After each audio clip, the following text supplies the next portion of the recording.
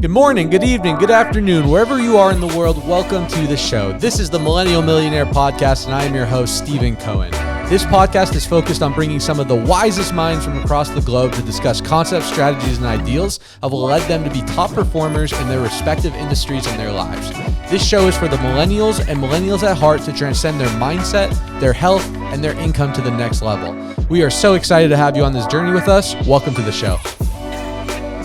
Yo, welcome back to the show, Millennial Millionaires. Today, stoked for our special guest. We have Mr. Mo Capital. Mo is an accomplished entrepreneur who's built a diverse portfolio of businesses over the years. He began his career buying and placing ATMs throughout Miami and earning a profit through transaction fees. With a keen eye for opportunity and dedicated hard work, he quickly expanded into multiple different businesses, e-commerce, automation, which led to creating multiple businesses and running his own exotic car and rideshare automation companies.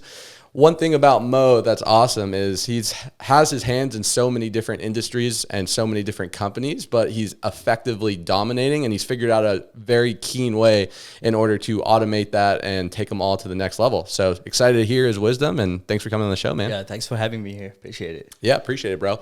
So let's start. I know we were talking a little bit about before the show, but tell us a little bit about how you got into entrepreneurship, where you started, and where you are right now. So, like everyone else, I had a 9-to-5 job for like 10 years since I was like 17. And I worked at Tesla. That was my last job. And I figured I was, going to work this job, probably get a corporate job. And I had a degree for my criminal justice, which I later became a police officer. I didn't know that. That's sick, bro. Yeah. So I was a state trooper. This is one, I don't know if you know about Trayvon Martin. That thing happened. So what happened is that the cops were basically getting killed because they were cops, because the whole society was against cops. So two of our officers actually got killed because of that reasons. And then I decided to quit the force, go on full entrepreneurship. So, I took the risk. I wasn't getting paid that much. I was only getting $35,000 a year, which is nothing in Miami, especially. You can't even buy an apartment, All you can do is like rent an apartment. So what I did some research like everyone else on YouTube, and I looked at this ad that said, oh, you could own your own ATM business. I didn't know that. I thought, if you go to a grocery store, a 7-Eleven, the banks owns the ATM. But it was actually individual companies like you and me who own these ATMs. So if you ever went to like a bar, a strip club, or even a club, like a nightclub, they actually are owned by a business, not banks. So I did the math in my head. I was like, each ATM costs about $2,500. A refurbished one costs about $1,500. And you can break even within 5 to 6 months, even on the low end if they were making $300 to $500 a month. So I decided to go full on. I had okay credit, about 690, and I had no money at that point. I saved a little bit of money, but it wasn't enough. What I did, I actually fixed my credit up a little bit, and I applied for 7 credit cards in 1 minute. So there's a way to do that. It's like a sequence, and all those credit cards that I applied for was 0% interest rate, 12 to 15 months. So basically applied for those, got $59,000 within all those credit cards. And what I decided to do is buy ATMs with those credit. So, a lot of people use credit as bad debt. So what I decided to do is open a business. And then after that, after I paid off all my cards, I decided to open a business line of credit. Bro, that's sick. And that wasn't this too long ago, right? This is back in... Yeah, back in 2019. It's crazy because when I first met you and as I've seen your journey, it feels like you've been into this space of entrepreneurship and, lifestyle marketing for a really long time. Yeah. So you really haven't been in the space that long, but to see your growth and your progression in such a short amount of time is really, really cool. What do you think has contributed to your fast success? Because, like myself, I've been doing direct sales for over 10 years and a lot of people have been hammering on their craft for a really long time. What do you think allowed you to go from maximizing your credit card debt to being able to live the lifestyle you do right now? I think it's all about consistency and hunger. I always got the job I wanted. I never got fired from a job. And as I dived into the entrepreneurship space, I knew I could do it because there's a lot of people that doesn't make it. And I was like watching YouTube videos. And that's one of the things actually really helped me out. I was watching Jake Paul. I was watching Logan Paul, all these like dumb kids making videos and making millions of dollars. But in the end, they were actually really smart. So I told myself, if these kids could do it, I could do it too. So that's why I really focus on, and just being consistent with wherever I'm going. A lot of people give up like door-to-door sales, right? For like solar. If they knock 100 doors, they get, 99% no and 1 yes. But a lot of people quit at 50, at 80 doors, So that's the key. Staying consistent, I think consistent is best thing you can do right now. Totally. Have you always had this entrepreneurship? I know, obviously, you're working as a police officer and then you made the transition. Was entrepreneurship always something that you thought you would be doing, or did it come from straight necessity of not living the lifestyle you want and realizing you have to make a change? So where I come from, basically everybody is an entrepreneur. So back in Dubai, when I lived there, my dad, he was an entrepreneur over there. He was also in the military. And when he came to the States, he actually bought, within 3 years coming to the States, he bought his first 7-Eleven, which was pretty cool. I looked up to him for that and actually worked at that store at the age of 12 and just helping him out and things. And then, I looked up to him a lot to where he started, and then now coming to a different country within 3 years and starting a whole different business.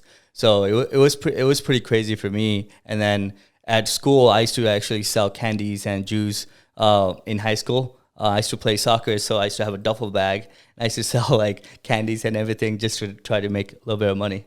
Sharpening those sales skills from an early age, man. Yeah. That's awesome. The more people I talk to, the more people that I realize that come from, a different country or somewhere else, they almost have like this chip on their shoulder to, make it big. And, where maybe someone that came from a little bit comfier of a situation that doesn't have that same drive and desire, to your point, doesn't have that same level of consistency. Yeah. What made you decide, I know obviously from straight necessity, but to go max out, 8, 9, 10 credit cards and hope that something's going to work is a very scaring and vulnerable feeling. Mm-hmm. Do you feel like that because of where you came from, you had that chip on the shoulder that you were willing to take that risk, or where does that ability from risk come from? I think it comes from with the age. I was getting older. I was about like 26 at the time. And I looked at myself, I'm like, I do have a degree. Like everyone told me to go to school, and now I have a degree that's, not worth anything. For sure. Not worth the paper. Yeah, not worth the paper. I spent a lot of money on it, and I think it came with the age where I learned from experience, and I was like, I need to do something with my life. Why don't I have $100,000 saved up in my bank account? I'm about to be 27. And I took that leap, and I did, all my research, so that way, like, I'm not going to fail in this business. If my ATM business doesn't work, I'm going to take those ATMs and put it somewhere else, So I took the risk. I knew I was able to accomplish that business and make some money on it. Totally. No, that's super cool. So you obviously did well with the ATMs. Mm-hmm. You paid off the credit cards. That was really your first big win in entrepreneurship, which I'm sure got you, confidence. And you're like, oh man, this is something I can do. What happened after that? Because you don't do ATMs anymore. You have your hands in a lot of different things. So there's obviously a big jump from where you were with ATMs to where you are now. Yeah. So I basically built up the business to up to 43 ATMs. And I was able to sell the location with the contract. And I took that money to e-commerce. I knew e-commerce was booming. I looked at Shopify. I looked at Amazon. I looked at eBay. I first started on eBay. And then I saw that, the customer service and the eBay was just kind of going down at this point. And then Amazon was the next big thing. And I knew Amazon was there for like years, right? And I saw the opportunity and I started drop shipping on there. At the beginning, I did drop shipping because it was easy. I used to buy a product from Walmart for $20. I was able to sell it for $29.99 on Amazon platform. So that was basically drop shipping from any other retailers I could find, like even Home Depot. Yeah. That's cool, man. So do you feel like timing had a big play in your early success? I mean, you mentioned preparation, which I feel like just from hearing your early story, you were very prepared. You know, you knew exactly what you're getting into. You know, most people, when they try something, they just try it and hope the best, and they never really put in that due diligence or that preparation. How important was timing in, again, the drop shipping and ATM versus just straight preparation and desire to make it happen? Yeah. Timing is, I think, very important. You know, you got to know when to get in and get out, right? Like, for example, right now, like, you can't do drop shipping on Amazon anymore because they banned it. So then I transitioned to FBA, which is basically like wholesale and selling from suppliers. So I would say, like, you have to get in when it's in early, right? Like, a lot of people say, hey, like, don't do Amazon FBA right now. It's too saturated, right? A lot of people would say that, right? For any business right now, and for you not even trying actually will cost you a lot of money. So I think timing is very important. That's awesome, man. Yeah. So I feel like you're just really good at a lot of the modern day income generating things. You know, my background's so different. I started in network marketing. That was my entrepreneurship, the way I got kind of cut my teeth in the game, and then went into straight direct sales. And that's really all I've been doing. So I haven't really dabbled into the online income game, but to just see the development and to see, like you mentioned, people like Logan Paul and Jake Paul and all these, you know, iconic, super successful people, there's so many opportunities in today's age to make money. Was that just something that you always knew that, hey, I just want to make money online. I know how to do it as long as I'm willing to do the research and model the people that are already making it happen? Or where did that come from to really focus on the online generation and make it happen? Because there's a lot of people that want to do good in drop shipping or try ATMs or do all these different avenues. It's very mainstream nowadays, but not many people actually make it big, let alone in one vehicle, let alone the multiple ones you've been able to do. Yeah. So one of the good things that like I really did is hire people that are my friends and good trusted people. I mean, you want to have friends that you can trust, right? Yeah. So put them on. So for example, my business partner Naeem, he's a young kid. He's only 19. I met him when he was 18, and he was doing a photo shoot of one of my cars. And I started hanging out with him, see like if he was like really about the hustle, right? If he had the mentality for it. So hired him for the business, and he eventually like took the business to another level. I mean, he knows more about the business than me now, you know? So I think it's basically hopping on the trends at the right time, and then know when to get out and hiring the right people. Eventually what I do is that with those employees, I make them my business partner and have an equity in the business. So right now for every one of my businesses, I have one person that is dedicated basically 7 days a week. And what I do is, you know, once I make them my business partner, they're able to, you know, quit their job if they had another job. So I take someone from who is working 9 to 5, having a 6-figure business a year. How do you attract these people? Are these people that you're just out there finding, or are you just naturally attracting them, or are they networking events? Obviously, he was your friend, but I could count on one hand, you know, when I first got started in business, people that I would feel like would be competent enough to partner with. But it seems like you have so many of them. How are you finding these people? I mean, as you know, like, especially in Vegas, friends come and goes, right? And I found people like, you know, networking events for sure. And also just having meetings and going to podcasts. One of my business partners, we did a podcast together. And later on that week, we had lunch and decided to open a business together. So I think just networking itself, like knowing people, if you're very closed off and you're not really talking to, if you're not like a person that you can't talk to, you can't find people that's going to work with you, you know? So that's what my main thing is finding good people. And within 5 minutes sitting in a room with someone, I already know like if they're like really good people or not, you know? So they have to have also like, you know, that hustle, grind mindset too. How big has intuition been in your journey of success? Pretty big, man. Like, you know, it comes from like, since I grew up, like, you know, like my religion too, like we have to stay really true to our religion. You know, I was, when I was growing up with my parents, I used to have to pray like 5 times a day, So, they taught me a lot. I think especially my mom taught me a lot about intuition, like, difference between good and bad people, and finding just like really good people that you could connect with. I also believe in, when I moved to the States, like I had no family. So my friends became my family, So strangers becoming your family is a quote that I really follow. Yeah. I love what you said there. I feel like I've talked about this before, but one of the best life hacks that I could give someone, because it made the biggest impact in my life, was moving away from your home, moving away from your comfort zone, physically moving away from your old life, because it forces you to be resourceful. It forces you to make friends with people that maybe you wouldn't have the desire to, because you have your own network and comfortability. How big, or what skill sets do you think, or principles that serve you today have you learned from moving multiple different times to multiple different countries to multiple different cities? I think it made a big impact. So when I was growing up, going to high school, I was a very shy person. I was a kid, like, I was the smallest kid in my high school, so I was always being picked on. I was, bullied here and there. But I'm thankful for that, because I wouldn't be where I am today if I didn't get bullied in high school. To be honest, it made me stronger. So in my head, one day I was like, the people that bully me will probably work for me someday. Let's go.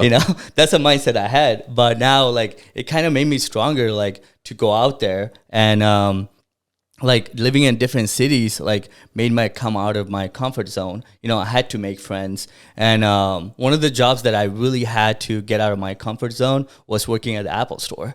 I was, like I said, I was really shy, and I had to talk to every single customer that approached me. So I became really good at sales and actually like able to tell about the products and actually sell them on it. So that was one of the main things I think I did, like basically get out of my comfort zone. But one of the things that I want to say, anyone who is watching this, if you're living at home, living with your parents or living in the same city, you definitely have to get out after, especially 21.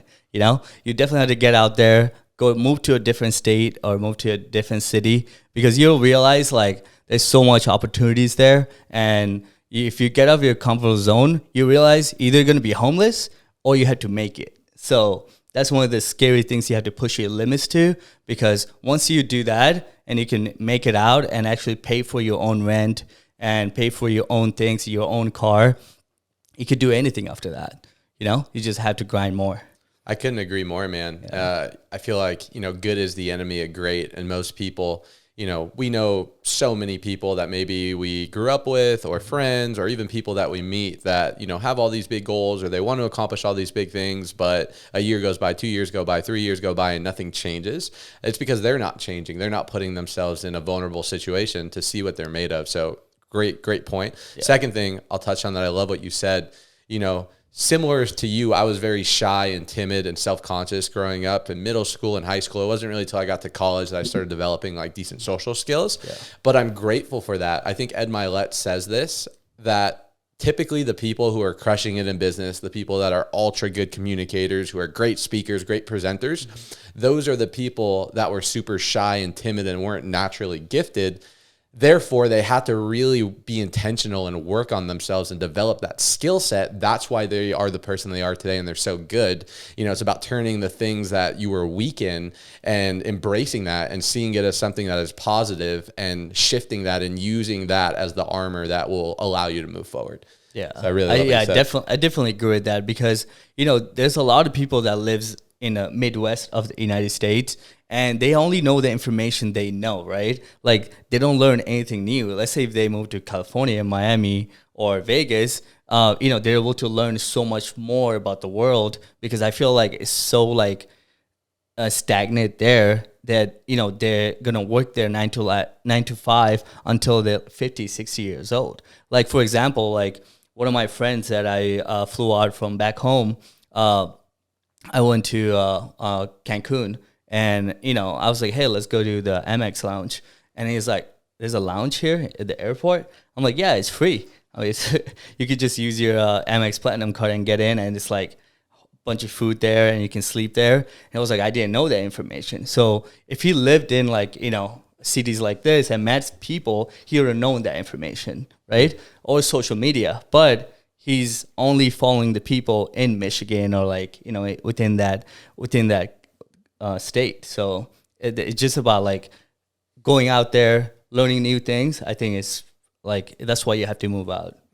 Touch on that a little bit more, because I know you, at least your background from what I know about you, you came from Dubai, you lived in Miami for a little bit, and obviously you lived in Vegas, 3 extremely high energy, very fast paced cities. How do you feel like that has benefited you in your life?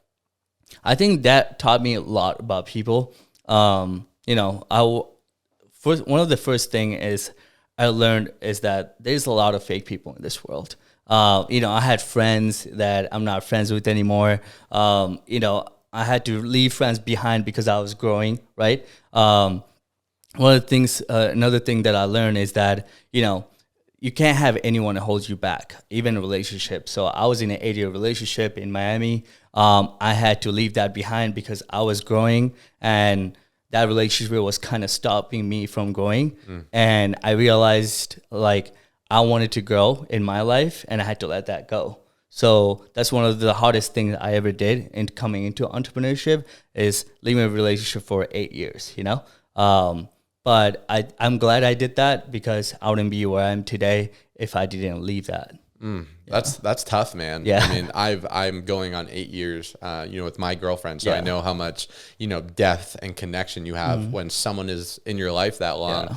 But to your point, this is an Instagram quote, but I think it's so true. You have to be willing to give up your old life to create your new life. Yeah. And a lot of people aren't willing to shed their relationships because they're so connected to their old identity, and they're almost losing a part of them if they let go of, I don't want to use the word toxic, but not congruent to where they want to go, relationships or characteristics or habits. But the only way to grow, the only way to go to the next level, the only way to make more money and create more impact and happiness and fulfillment is to allow that part of yourself to almost die, so you can almost rebirth in this sort of phoenix type of mentality. Yeah. So I really love that, man. Yeah, I definitely agree. I mean, there's relationships where you can grow together. Like, for example, right now, the girl I'm dating right now, she has 2 different businesses she runs, and she still works at 9 to 5, which is pretty amazing. I was like, in my earlier era, like that's what I did, So there's people that you can actually grow with.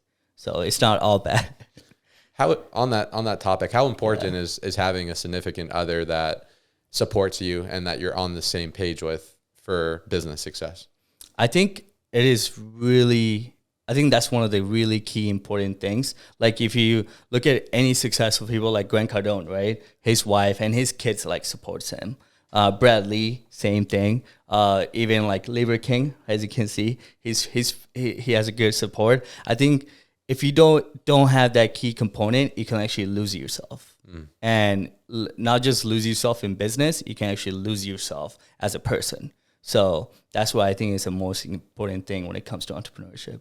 Love that. Yeah. Before we started the show, you were talking about your experience in LA, which I didn't know. You actually lived with Logan Paul for a little bit. Yeah. Tell me about that experience, man. Obviously, Logan Paul right now is, one of the most iconic millennials probably in the world. Yeah. Him and his brother Jake are absolutely tearing it up. Love him or hate him, you're talking about him. Yeah. Tell us about that experience and what you learned from that and just how that whole thing transpired. Yeah, I mean, I lived with my good friend Mohammed, who connected to me, Logan Paul. We did actually marketing for Logan Paul, from anything from his like Instagram to all through his Snapchat and social media platforms. It was pretty fun. It was all the crazy parties and getting flown out to different states and cities for different things. It was pretty cool. I flew on a private jet first time with him, so it was a pretty cool experience. Living in LA is kind of like you never know who you're gonna meet, right? For example, like Dan Bilzerian's parties, like it's all celebrities, right? So when I went there, they were charging $30K each person, just for any regular people, right? Girls or guys? Guys just only. Guys. Yeah. I mean, girls, you have to have like a lot of followers. You have to be known, sure. And I was able to go to that party for free because of Logan Paul. And that was such a cool experience because I'm never the person, if I see a famous person, I'll be like, oh, can I take a photo? I'll only do that with Gary Vee, by the way.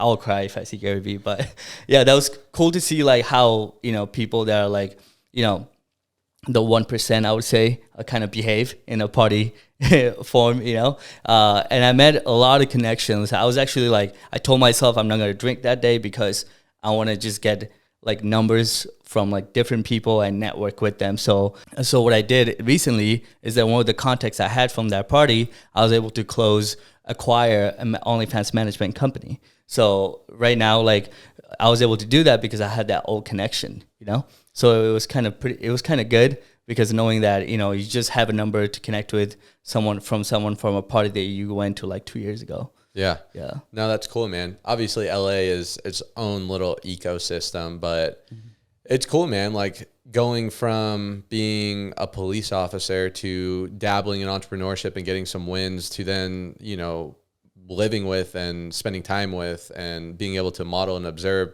one of the most successful, young people of our generation right now. What do you think was the biggest takeaway being around that high level of success?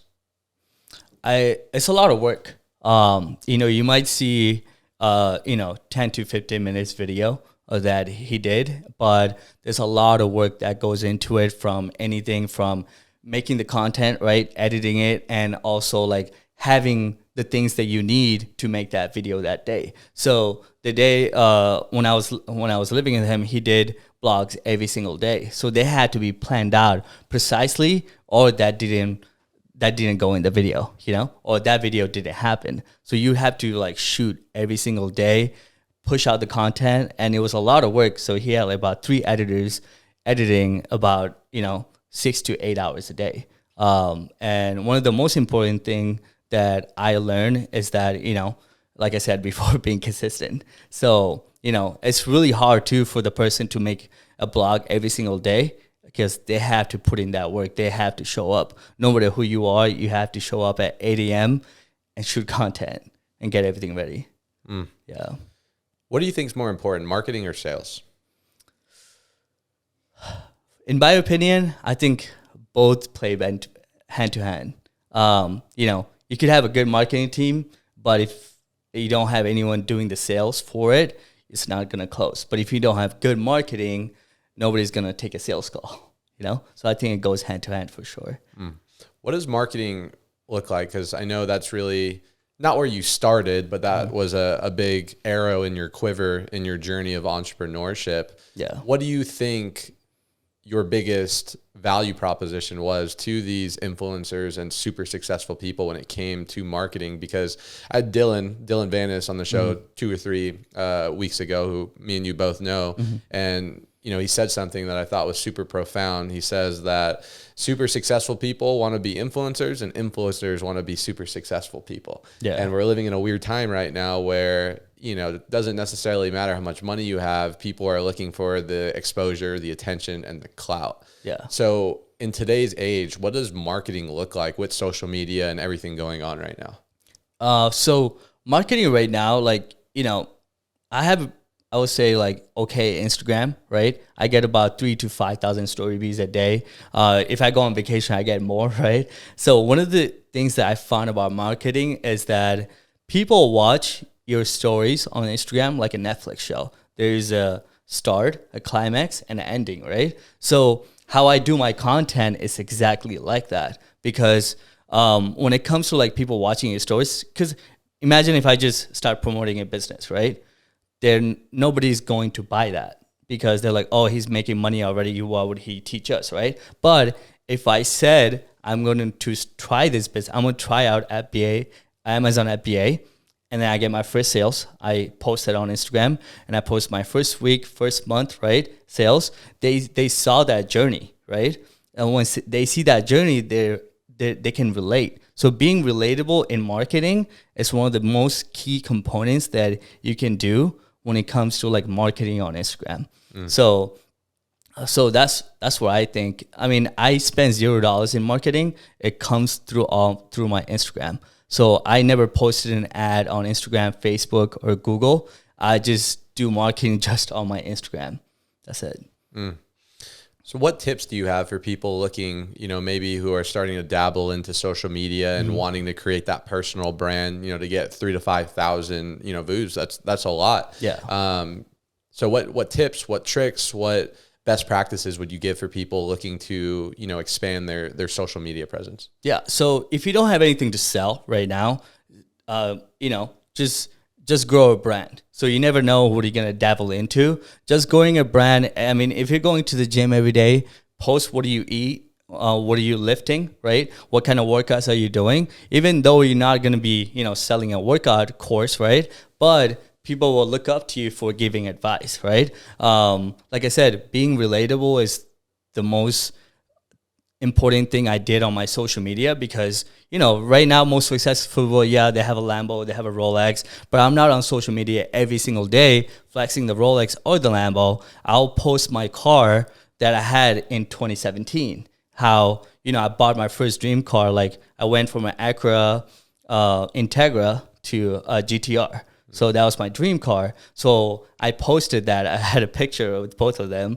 And, right now, a lot of people, younger people that looks up to me, they look at my content, but they want to see like how I came from there. Because a lot of people, they see a Lambo, they're like, oh, it's daddy's money, or like, oh, his mom bought that, or his dad bought that for him, right? Or they had family money. But if they're able to see relatable content, they can relate to you. That's an automatic sales for you. I love that, man. And, I think what you just touched on is extremely important. Everyone today just markets the end result. Yeah. We live in a society where it's a flex culture. People that don't even own the cars are taking pictures and making posts about it.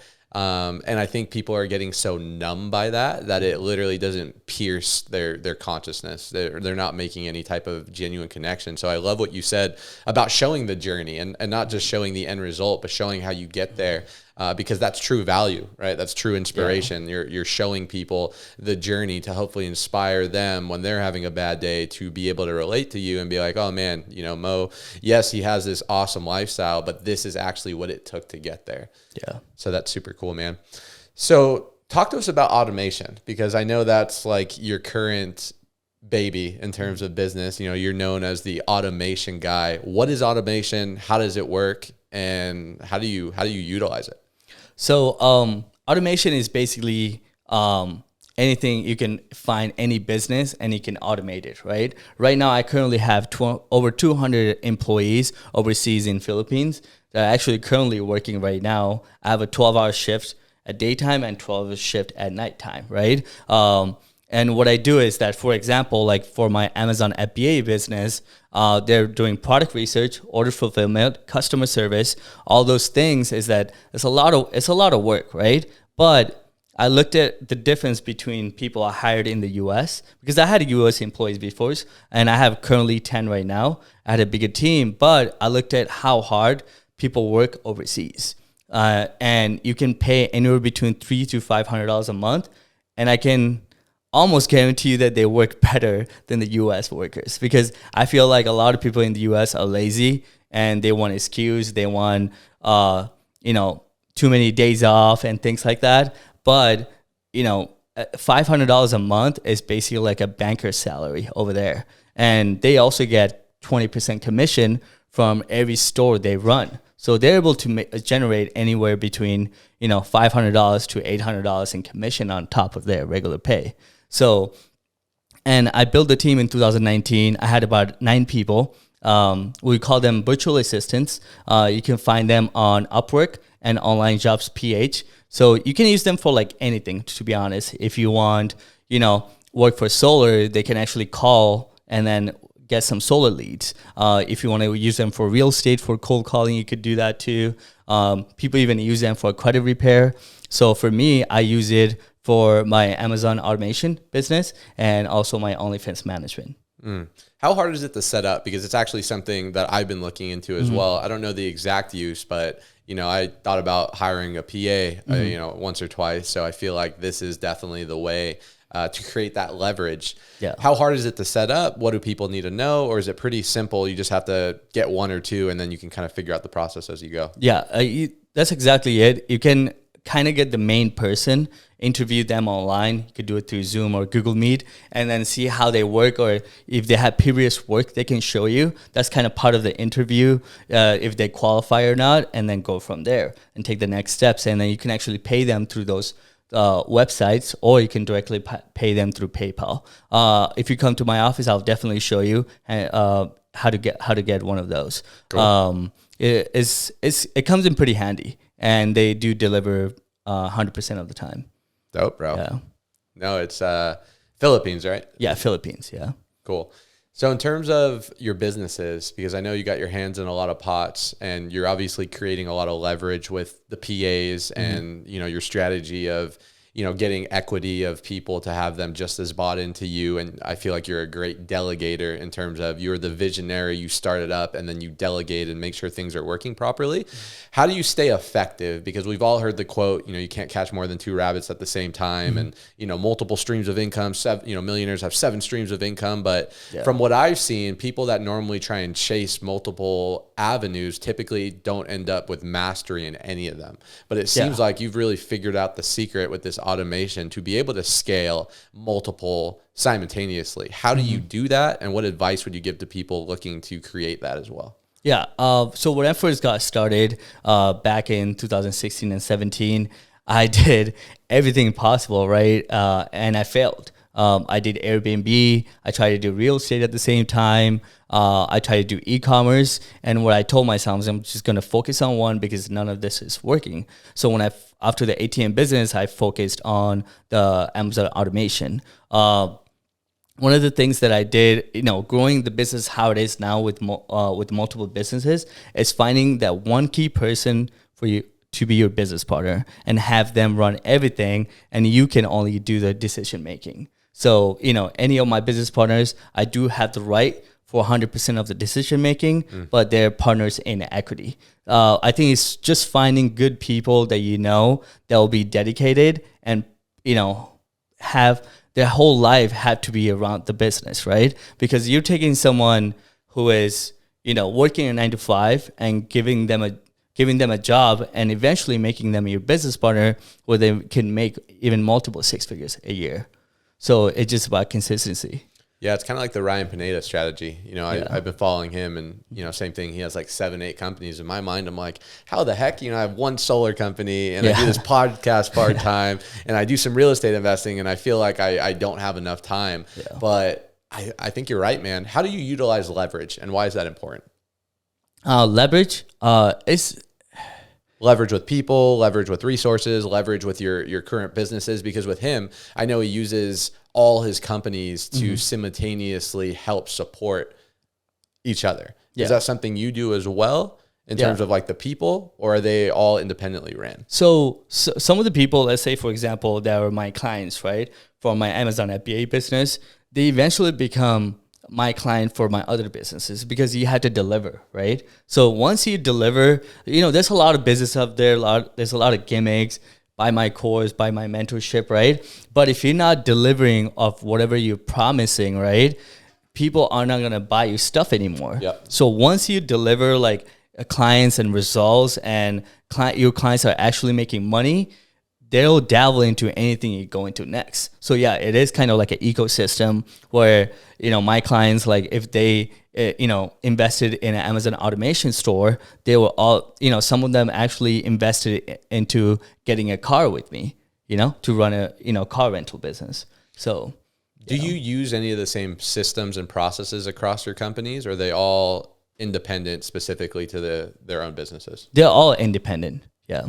And how I do it is through all my clients are on I have a really good software that I use, and I also use WhatsApp to communicate with my clients. So I put all my employees and my business partner in that business within the WhatsApp chat to communicate, because communication is really key, right? If you don't communicate with your clients, and you and me, I have 2 phones that I communicate with, and sometimes I forget to, respond to a client, but my employees or my other business partner can reply to them. Yeah. Got it, man. So I know one of your main businesses is exotic car rentals. Yeah. Tell us about that. Why did you get into it? I think it's the coolest thing. You know, I did a little bit of car hacking a couple of years ago. I leased an i8 and then rented it on Turo, and it was paying for itself, making a little profit. Then I would drive it on the weekends. But I just love the concept because in my mind, most people think that exotic cars are liabilities, but you found a way to turn them into actual assets and create a win-win. Yeah. So I'm a car enthusiast. You know, since I grew up as a kid, at the age of 12, I knew how to do an oil change. You know, it's Dubai, right? That's legit. You have to know how to work on cars. I still don't know how to do an oil change. Yeah, So. it's all good. I can teach you, no worries. I got a Tesla. Oh, there you go. So how I got started is basically, you know, once I started making money, you know, everybody buys a flex car, right? But for me, it was like buying my dream cars that I actually wanted, you know, watching as a kid, like, you know, like I had a Lamborghini poster, you know, on my back of my bed. And, you know, all I thought in my life I could afford, you know, my Nissan GTR. That's why I actually became a cop. I'll say with a cop salary, I could probably afford that car. And once I started making really good money, I started, you know, I bought the Lamborghini and the McLaren that I have. I bought it actually the same day. And kind of like, you know, I wanted to do that for myself. And I had all these cars. I had a G-Wagon. I had a BMW i8 too that I bought.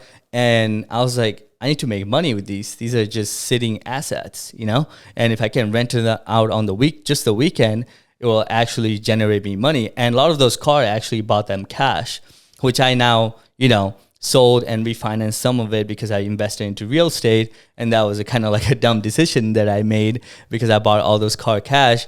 And now all those cars are generating anywhere between, you know, $2,000 all the way to $5,000 a month, and they're paying for themselves and also making profit on top. A lot of people say, you know, don't get into the business because you will lose money. Somebody will crash your car because they're not doing it properly. One of the things that people do is they get the most expensive car they can afford or they can finance. For example, like if you're going to get into car rental game, don't get a 2022 C8 because they're going down in value, and everybody has a C8 now and it's going for $150 a day, and that's a $100,000 car. But instead, get a convertible Mustang that's about $25,000. You'll get anywhere between $50 to $80 a day. So I would start there, start small, and grow your fleet day by day. And you could also you can manage other people's cars too. So once you started doing Turo and everything, you can have like clients bring you a car and could do a profit split of 60-40 or 70-30 on those cars.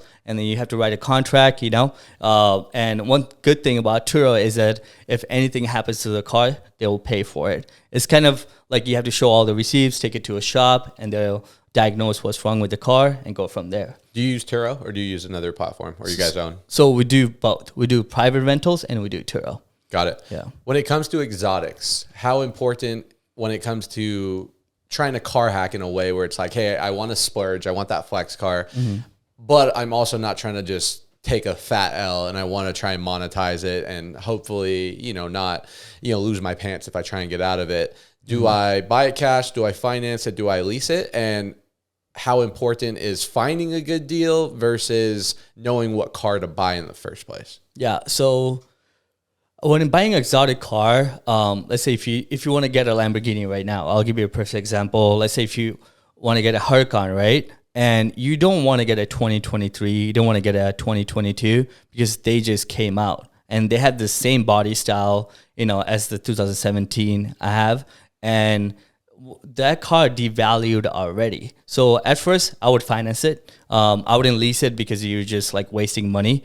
And I wouldn't buy it cash because you're tying up a lot of your money in it. You want to go with like Navy Federal or like smaller banks to finance with those because they will give you the best interest rate. I have Navy Federal right now on some of my cars. And what's the current interest rate right now? Do you know? 3.2. For a car? For a car, yeah. Wow. Yeah. I was just at the dealership. They're trying to get me 7. Oh, really?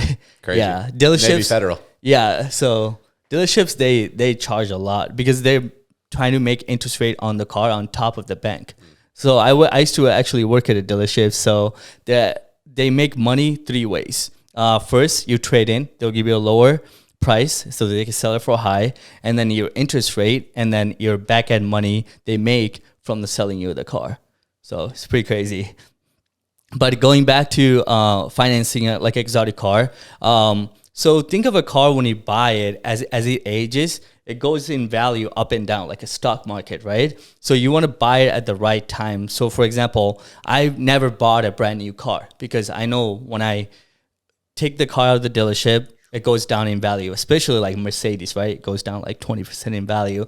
What do you want to do? You want to buy the car like that is 3 to 5 years old, right? Like a 2017 Lamborghini right now is going about 200K. It's a good market right now to buy that car. And if it's around 5,000 miles, you want to look at when the service was done so you don't have to service as soon as you get it. You can have the dealership do the service too. So you want to look at the tires and get inspect from another dealership so you know the car is good, you know? And that's when is the right time to buy a car is basically to car hack is buy a car that's like 3 to 5 years old, looking at the value, looking at the current market, see what's around sitting at the same price, and then make your decision on that, and then also negotiate on the car. And are you finding most of these exotics, are you buying them from dealerships or is it mainly private party? So I buy it from a dealership here. Yeah. Got it. So you go to the bank, you get a better interest rate, and then obviously you're buying it cash from the dealership. Yeah. It's dope, man. That's dope. Yeah, I feel like the automotive game, everyone wants nice cars, but I feel like we've been conditioned that you can't create a win-win with them. But when you have the right information, obviously that makes the world of difference. Yeah. And then there's also a car hack that you could do. You could actually buy 3 to 5 cars in a week. What you do is basically with one inquiry, when you go buy a car, right? They're thinking that you're going to just buy one car. But you go to different banks and buy 3 or 5 different cars within the same week, and you get approved for all those cars, applying different banks. And it only dings your credit once. Yeah. It's cool, man. What credit hacks do you have? Because I know you're big on credit and again automation, and I feel like you have a pulse on all of these new concepts. How important is credit, and what do people need to know about utilizing it, maximizing points, etc.? I think having a credit card is good, but a lot of people in this world, banks make money because of interest rate. They're charging crazy interest rate, 20 to 25% on your money, right? And a lot of people want to go buy a Louis bag or a Gucci bag, right? And that's the wrong way to do it. The right way to do it is spending money on those credit card to leverage a business. And then when you're spending the money, you're actually earning points. So one of the main hack that I do, I spend all of my bills on a credit card. I pay for everything with my Amex Platinum business, and I get it anywhere between 3 to 5 points per dollar spent. And what I do with that, I book my first class on Emirates with my Amex points, which 110,000 points. But if you buy that ticket, it's about $12,000. Now, are you transferring that to the Emirates? Because if you buy it straight from the Amex portal, you're not getting that same value. Is that exactly correct? Yeah, I'm transferring it.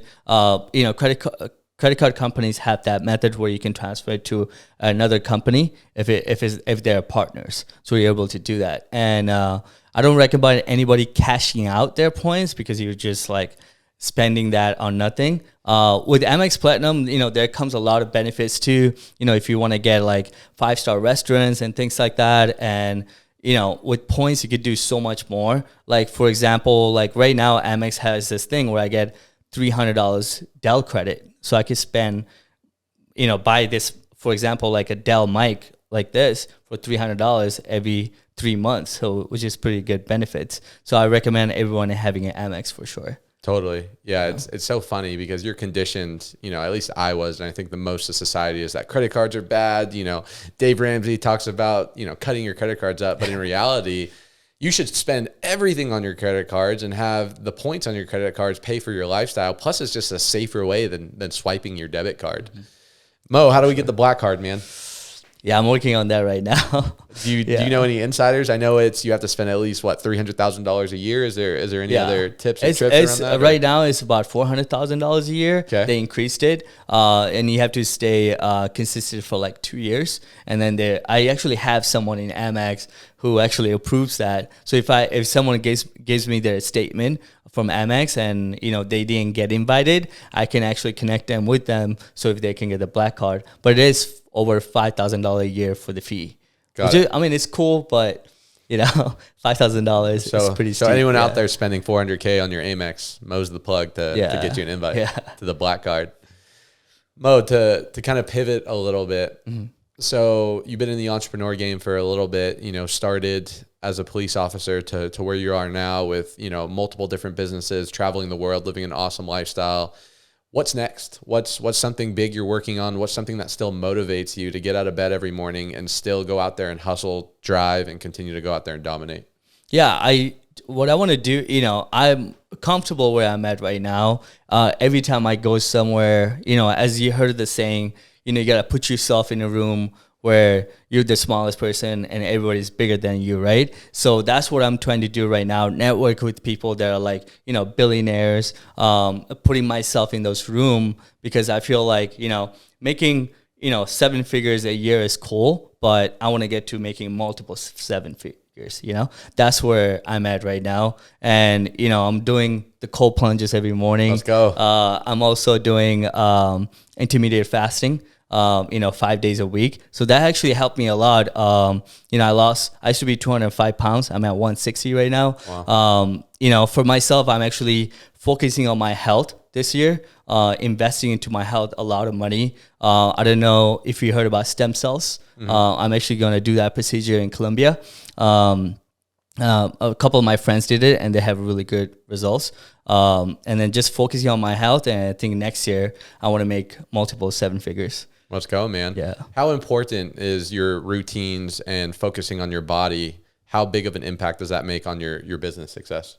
I mean, for example, like the intermediate fasting makes me focus a lot on work because my body is going through this transition where I have no food in my system and it's actually giving me like more energy, I would say. I do high intensity workout in the morning, at least for like 15 minutes. That really wakes me up, especially the cold showers and the cold plunges. But I think it's really important, like when you can stay consistent also to your routine, because a lot of people give up after a few days. Yeah. What do you think has allowed you to continue to dominate on such a high level? Because I talk about balance a lot, and I'm not really sure if there's a thing called balance. I like to think of it as harmony, as my buddy James Silva talks about. But with you operating so many different businesses, you do a lot of traveling. What's some things that you are able to stay grounded and not get overwhelmed and making sure you're being effective and not just busy in order to continue to, elevate these multiple businesses you run? I think having a really good schedule. Right now, like I have about like 2 assistants that puts me on a schedule every single day. So as soon as, I wake up, if I missed a meeting or anything like that, they would actually do the meeting for me. And these are VAs? No, these are my assistants. Got it. Yeah. I think having a really good team is really key because, like I said, my business partners before, if I have different calls, I would just take the most important calls I have to. And if there's clients and things like that, my business partners would take those calls. So having a good team is really a key to stay in balance. Because what you want to do is like, as you can't always like, be, hustling 24/7, right? You're going to die down, right? So I think having a good team, and then if they can take care of the things for you, that you won't even have to worry they're not doing the properly, and they're actually you trusted business partners and employees, and then you don't have to worry about anything. I love that, man. I think you're a master at delegation, man. If there's one thing I've picked up off of this interview, it's your ability to find and attract good people and delegate. Yeah. And I think that's allowed you to continue to scale at a high level while still maintaining a really good lifestyle. because I'm sure you and me both know people who are just grind, work, but you're not really being effective, to your point, because you're kind of like a battery. You know, it's almost better to get that recovery and get that rest and make sure you're practicing mindfulness. So when you do show up to all these different meetings and big business decisions, you bring your best self to it and you don't get a half, charged version of yourself. Yeah, true. It's awesome, brother. My last question for you, we could sit and talk about all your tips and tricks all day, but for sake of time, if Mo Capital could go back to police officer Mo, what do you think has been your biggest takeaway when it's come to life, business, spirituality, financials, everything from your journey from police Mohammed to Mo Capital today?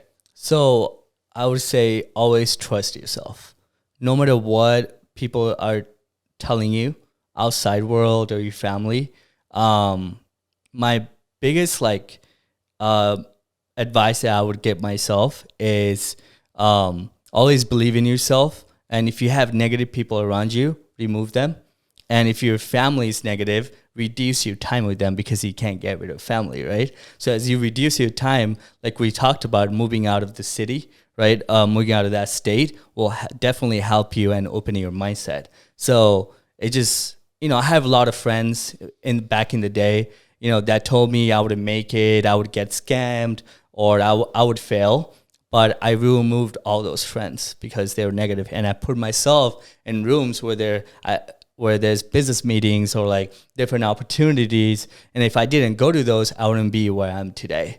So I always trusted myself. And then just removing negative people from myself kind of helped me a lot in my life within this 10 years. Well said, my friend. Yeah. Mo, where could the viewers find you? You can find me on Instagram, mo.capital. If you have any questions, I'd love to help. If you guys want to rent the dope exotic, Mo's your guy. Mo, appreciate you, brother. You're a stud. Of course. Thank you. Thank you so for much. having me here. Of course. Sorry, guys. Till next time, y'all. We'll catch you on the next episode.